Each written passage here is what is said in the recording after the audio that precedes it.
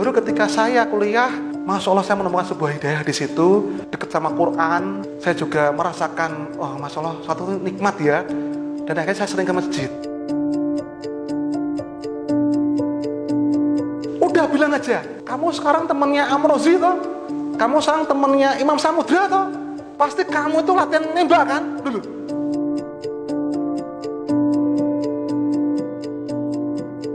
Tapi saya yakin, ketika kita punya mimpi ini, Allah akan memudahkannya.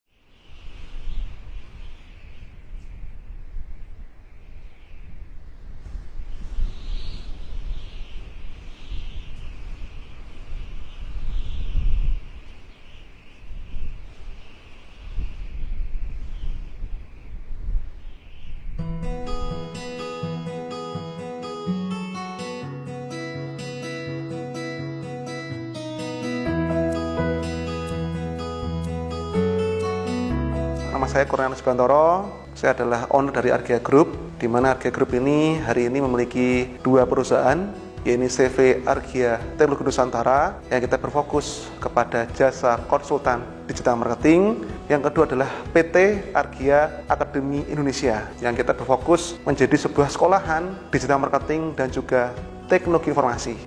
Ini saya mulai pada tahun 2011, saya ini punya bisnis di Jakarta. Hingga kemudian saya sama orang tua diminta pulang ke Blitar. Saya ketika pulang ini sebenarnya saya juga nggak mau. Karena apa? Karena di Jakarta itu saya sudah merasa sudah luar biasa lah ya. Artinya itu saya merasa itu cukup dari sisi penghidupan. Ya kalau kita sebagai anak kan kita harus berbakti ya pada orang tua, pulang. Apalagi waktu itu orang tua juga bilang pada saya bahwa udah Wan, kamu pulang aja ke Blitar. Di Blitar itu lebih enak, lebih nyaman, kamu nggak akan stres. Dan bahkan nanti kalau kamu pulang ke Blitar, nanti kamu akan bantu untuk nanti bangun bisnis sesuai dengan yang kamu inginkan. Nanti saya support dengan diberikan modal 50 juta rupiah dan juga sebuah ruko. Itu janji orang tua saya. Kemudian di situ saya pulang. Istri saya nggak mau pulang sebenarnya.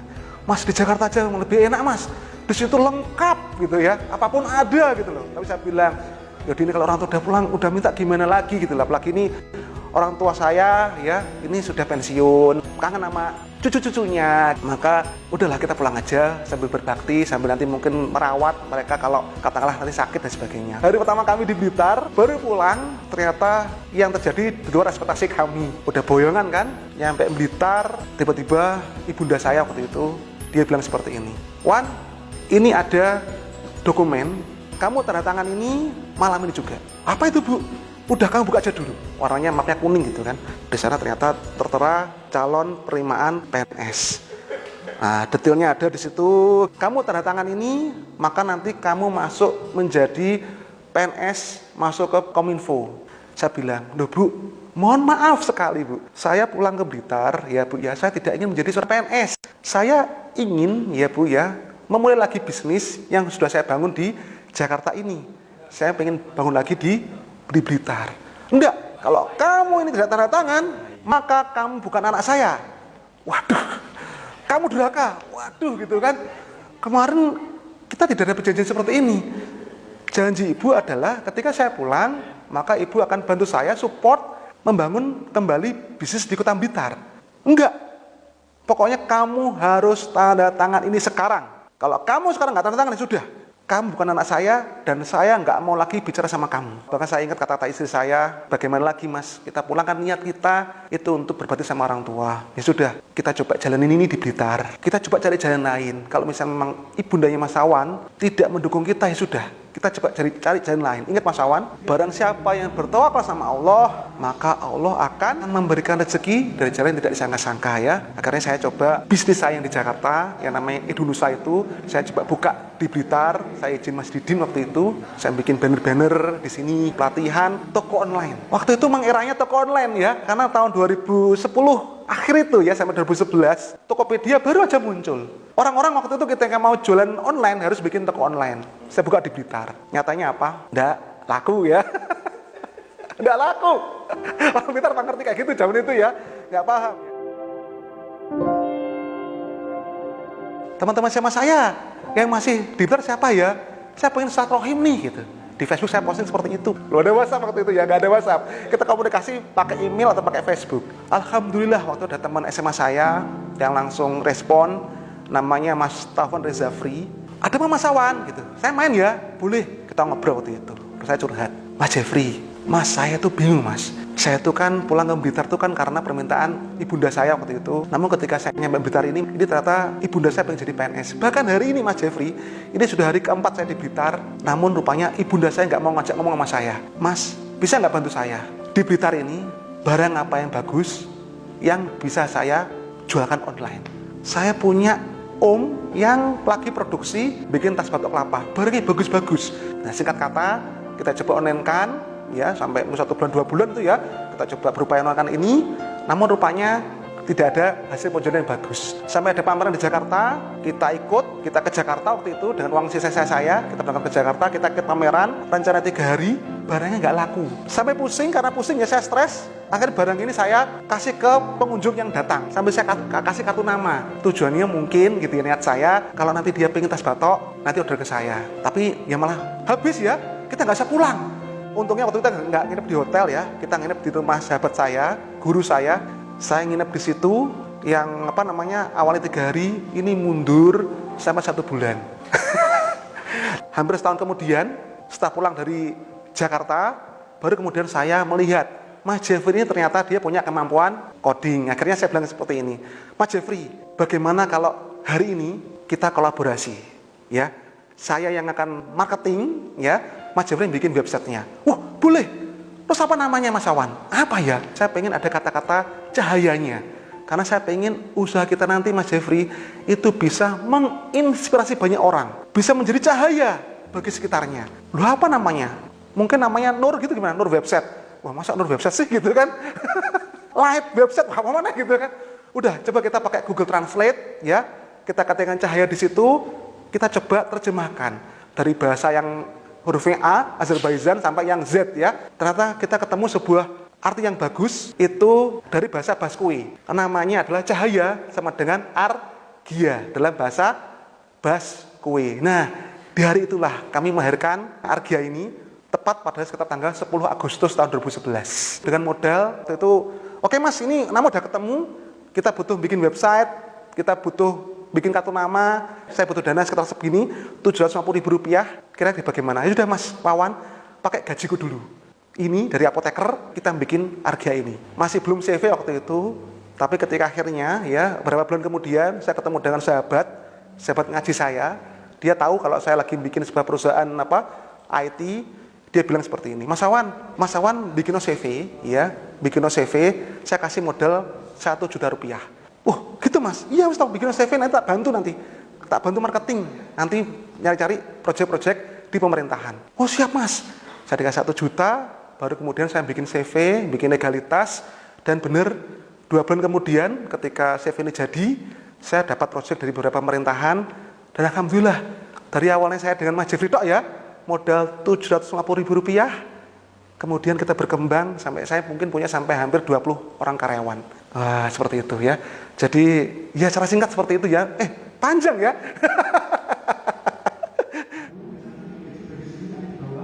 Jadi kalau dibilang prestasi ya, prestasi Argia, ya alhamdulillah ya pencapaiannya ya. Mungkin selama 10 tahun terakhir ini ya, di Argia ini memang alhamdulillah kami pernah dapat proyek juga dari luar negeri. Kita pernah dapat proyek dari Cina, dari Amerika Serikat. Namun yang kami banggakan di sana adalah bagaimana kami itu ya bisa melahirkan ya beberapa orang yang dia ini akhirnya punya kemampuan di bidang IT. Dari Argia ini berdiri sejak 10 tahun yang lalu, kami tuh melihat ya beberapa murid atau siswa kami ya itu lebih sukses dibandingkan kami. Itu bagi kami itu sudah prestasi tersendiri. Percuma kalau kami terus yang di depan. Sampai kalau Argia sendiri memang kan tadi selain di jasa web, akhirnya kita pindah ke jasa konsultan digital marketing. Nah, ketika di jasa konsultan digital marketing ini alhamdulillah kami sudah nangani juga beberapa brand besar di Indonesia untuk ke arah pemasaran digitalnya. Kami sampai pernah menjadi ini ya mitra juga ya dari sebuah brand juga di Indonesia untuk menjualkan secara online. Dan alhamdulillah waktu itu kami sempat menjadi terbaik. Kalau boleh saya sebut di sini ya, dan itu juga sangat nolong kami gitu ya. Itu dari namanya Resnes Gallery dan juga Orlin dari Jakarta. Itu yang ownernya namanya Mbak Uun, ya. Ini seorang yang luar biasa. Mungkin kalau Mbak Uun juga nonton ini, saya juga mengucap terima kasih banyak Mbak Uun, karena di waktu itu ketika Mbak Uun datang, ya memang kondisi kami Argia itu sempat kolaps tahun 2016 awal. Waktu itu kita terima project besar dari Jakarta, hampir setengah miliar. Cuman kemudian cancel. Kenapa? Karena yang punya project ini bangkrut mendadak. Dia memang usahanya lebih ke arah keberangkatan umroh. Jadi dia bikin aplikasi ya untuk kebutuhan umroh ini. Tapi ternyata dia bangkrut, nggak bisa berangkatin jemaah. Masuk TV waktu itu. Nah di situ kami, waduh gitu, uangnya nggak cair ini. Nah dari sinilah saya benar-benar belajar tentang digital marketing itu sendiri. Karena apa? Karena selama ini saya memang ke arah jasa web. Jasa web itu ya gampang ya. Saya tinggal promo ke teman-teman pengusaha yang butuh web, selesai. Tapi ini saya harus nangani produk retail, produk yang untuk ke pasar umum. Seperti apa? Dan selama ini saya mungkin nanganinya lebih ke arah SEO ya, website, biar nanti rame trafiknya gitu doang ya. Tapi saya nggak pernah menangani produk. Ya, tapi dari sini saya banyak belajar. Masya Allah, waktu itu saya merasa dapat uang itu gampang banget ya. Tiker ya, itu juga laris ya, perekaman umroh juga laris, dan luar biasanya di situ kami dapat ilmu yang sangat banyak tentang apa itu, tentang digital marketing itu sendiri. Nah dari sanalah saya merubah, saya pivot dari yang awalnya tadi jasa website ya, berubah menjadi konsultan digital marketing, hingga kemudian ya ada sebuah acara tentang ini ya, Meet the Investor. Jadi sebuah acara yang diadakan oleh Tangan di Atas sekitar akhir tahun 2018, saya mencoba ikut. Waktu itu saya menghadirkan sebuah konsep bisnis tentang sekolah digital marketing. Memang waktu itu ya, ketika saya ikut itu ya, Argia Academy ini sudah ada, namun masih sangat belum benar-benar kita launching ke pasar. Orang-orang dekat saya aja yang tahu kalau saya punya Argia Academy ini, yang memang saya memberikan pelatihan-pelatihan secara privat. Ketika Meet Investor itu, saya memberikan diri untuk ikut. Dari waktu itu yang ikut berapa ya? Puluhan waktu itu yang ikut. Kami waktu itu juga ikut semacam bootcamp. Nah, di hari terakhir disuruh presentasi gitu ya. Ya alhamdulillah, saya termasuk salah satu yang mendapatkan investor ini ya, diinjek oleh teman-teman dari puluhan itu. Memang yang diinjek cuma 2 waktu itu. Dan saya adalah salah satunya. Waktu itu saya juga merasa bingung juga. Wah, bagaimana ini kok bisa dapat itu ya? Waduh, ya saya sempat bingung ya nih, bagaimana nanti mengelolanya, bagaimana nanti ini saya harus menjalankannya gitu ya. Kemudian ya inilah kita bentuk sebuah kampus dengan nama Argia Academy. Benar-benar akhirnya apa yang menjadi mimpi saya itu akhirnya terwujud gitu ya. Dan memang ini mimpi saya yang saya Masya Allah gitu ya. Saya nggak kira ya mimpi ini bisa terwujud secara cepat. Di tahun 2017 atau 2018 ketika rapat sama tim ya, saya bilang ke tim seperti ini, teman-teman, saya bermimpi tahun 2019 nanti kita punya kampus digital marketing. Ada yang tim saya waktu itu angkat tangan. Mohon maaf Pak Wawan, mimpi Bapak ketinggian. Bapak lihat kita aja masih seperti ini gitu kan. Kita masih omset belum seberapa. Itu sulit Pak gitu. Wah, anak ini berani gitu. Saya bilang seperti ini. Udah, enggak apa-apa, itu mimpi saya. Biarkan saya bermimpi, tapi saya yakin ketika kita punya mimpi ini, Allah akan memudahkannya. Yang penting kita punya mimpi dulu. Entah nanti kayak gimana, kita punya kampus atau enggak itu urusan terakhir. Yang penting saya mimpi dulu. Mimpilah kamu setinggi-tingginya. Kalau kamu nanti gagal, kamu nanti akan tetap nyangkut di tiang listrik. Tapi kalau kamu mimpi cuma setinggi tiang listrik, maka nanti kamu turunnya bisa sampai got. Ya, jadi kalau untuk di Argia Academy ini ya, proses pendidikannya, karena kita kampus ya, kita yang utama itu kita program 1 tahun. Jadi setelah D1 tentang digital marketing, di mana nanti lulus, kami jamin alumninya langsung kerja. Nggak kerja, uangnya kami kembalikan 100%. Bahkan hari ini ya kami sedang bekerja sama ya dengan salah satu kampus di Surabaya untuk kita membuat sebuah program D3. Jadi program 3 tahun tentang digital marketing. Sehingga dijamin ketika pun nanti cari pekerjaan sendiri pun lebih gampang.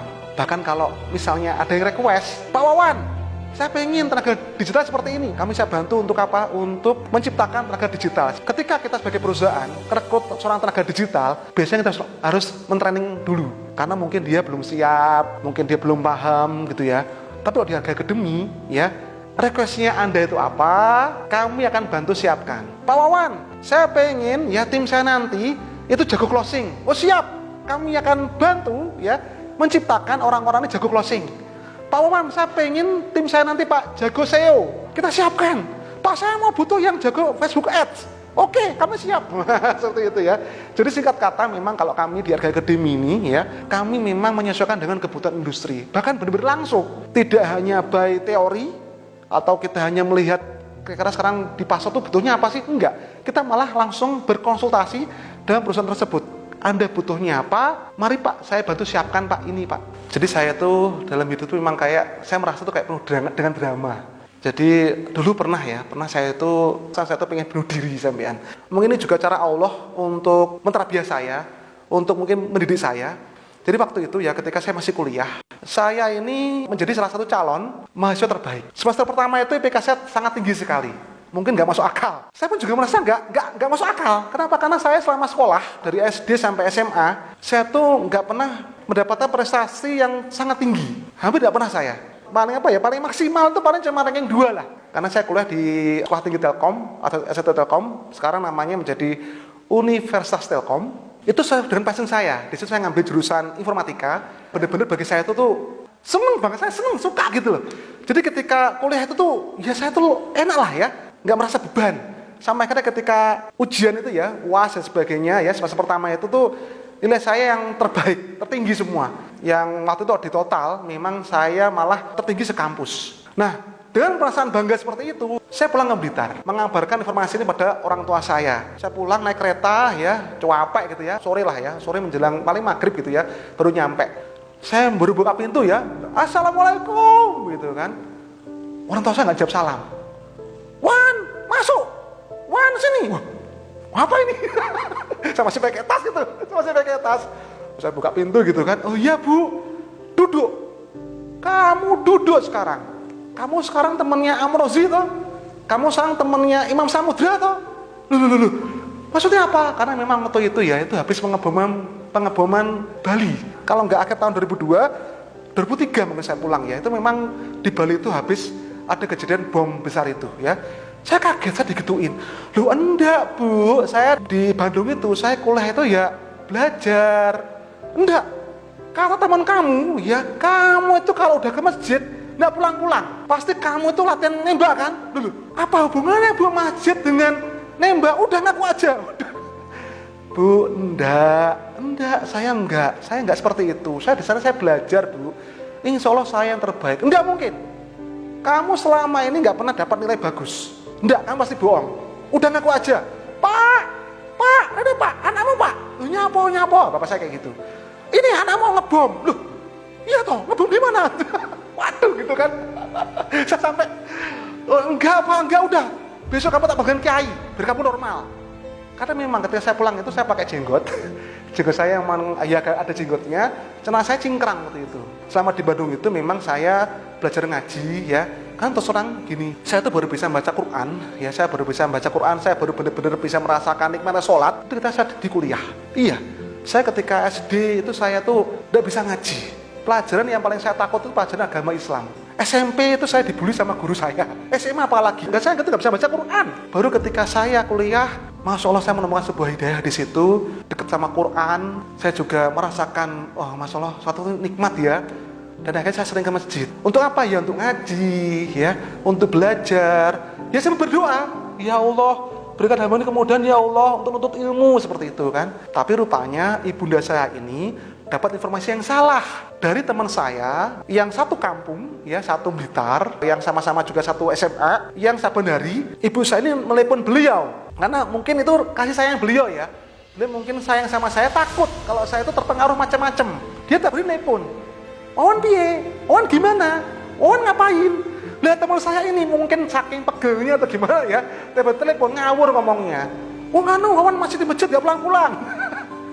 Nah apalagi di TV waktu itu sedang ibu-ibunya berita tentang teroris. Yang teroris waktu itu digambarkan dengan celana cingkrang, dengan ada jenggotnya. Wajar mungkin ya kalau orang tua saya akhirnya nganggep kalau saya ikut aliran-aliran yang seperti itu. Waktu saya digituin saya juga berusaha bela diri. Tapi bapak dan ibu saya itu nggak percaya. Saya sedih, saya down ketika saya bilang seperti ini. Bu, Pak, insya Allah saya itu IPK tertinggi. Nggak mungkin. Kamu IPK tertinggi, kamu nggak mungkin. Saya langsung lari tuh ke kamar, Saya masuk ke kamar, saya nangis. Dan setelah saya merasa, wis aku bunuh diri. Untuk saya udah merasa bunuh diri, tapi enggak. Wis 4 hari lagi saya pulang ke Bandung. Dan di Bandung itu saya pengen bunuh diri lagi. Saya menggambarkan diri itu, saya mau terjun tuh ke bawah tol. Karena kebetulan dekat kampus saya tuh ada tol Buah Batu ya. Di atas ada jembatan kayak gitu. Tapi saya kembali ke diri saya lagi.